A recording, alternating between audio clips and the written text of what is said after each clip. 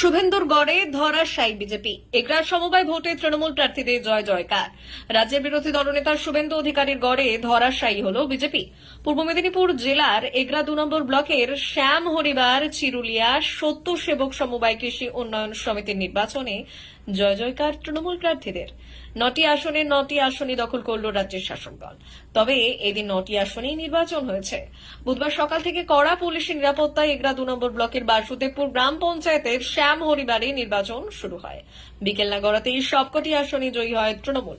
মোট আসন সংখ্যা 9টি। মোট ভোটার 853 জন। এদিন ভোট পড়েছে 722টি। কার্যত নিজের গড়েই হেরে চলেছে বিজেপি।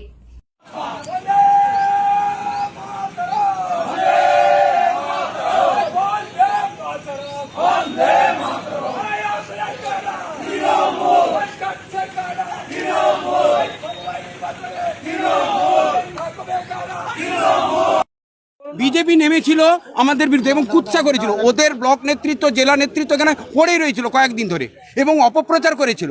আমরা পূর্ব মেদিনীপুর জেলা তৃণমূল কংগ্রেস, বালিঘাই 2 নম্বর ব্লক তৃণমূল কংগ্রেস, বাসুদেবপুর 8 নম্বর অঞ্চল তৃণমূল কংগ্রেস এবং শ্যামহরিবার গ্রাম তৃণমূল কংগ্রেস একত্রিতভাবে, যেটা পঞ্চায়েত ভোটে আমাদের একটা অন্তর্ঘাত হয়েছিল।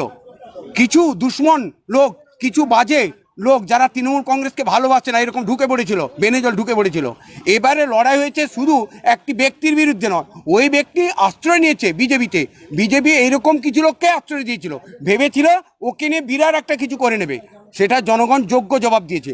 আমাদের মধ্যে ভুল বোঝাবুঝি ছিল পঞ্চায়েত নির্বাচন থেকে এই পর্যন্ত, সেটা আমরা ঐক্যবদ্ধভাবে লড়াই করেছি। তার ফলে এই জয় জনগণকে উৎসর্গ করা হচ্ছে, মমতা ব্যানার্জিকে উৎসর্গ করা হচ্ছে। যিনি তৃণমূলের ছত্রছায়া থেকে প্রতিনিধিত্ব করেছে এতদিন সময় সব কিছু সুসে টুসে সব খেয়েছে, না সময় দেয়নি। কি সময় দিয়েছে? আপনারা জানতেন না, প্রতিবাদ করেন? হ্যাঁ, প্রতিবাদ করেছি আমরা যখনই প্রতিবাদ বলবো শুনবেন।